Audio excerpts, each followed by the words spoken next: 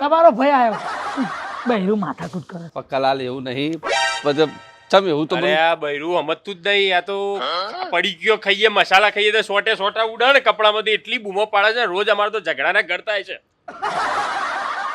ઓ આયા બીજા ભાઈ બૈરાનો ગુલામ આયા. એટલે બૈરું કે છોડ દો એટલે છોડી દેવાની એમ. બૈરું ને જો તાનસેન છોડી દેવા એક ટાઈમ પર બૈરું ના છોડે. એટલે બૈરું કેમ જ કરવાનું. તાનસેન તો મળવાની પણ બીજી બૈરી ચોક ઉતવા જવાની આવી. એટલે તું આના જેવો જ નીકળ્યો એટલે એ બૈરું કેમ આપણે કરવાનું હોય? એટલે વિચાર તો કરો તમે બે. આપણે બૈરાને લાયા છીએ પૈણી, એ બૈરું આપણને નહીં લાયું. ભાઈ એવું નહીં. તારા પૈણે 2 વર્ષ થયા, હું 25 વર્ષનો થયો પૈણે.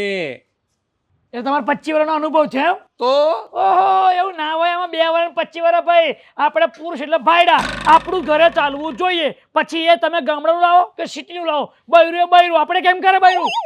આખો દાડો આપણે વૈતરું કરવાનું, નોકરી ધંધો, હા જે થાકીને જ્યાં હોય અને પછી બૈરું કેમ કરવાનું? તાનસેન ના પાડી છે, તાનસેન છોડ દો નકર હું તમને છોડ દઈશ. અરે જાજા આવે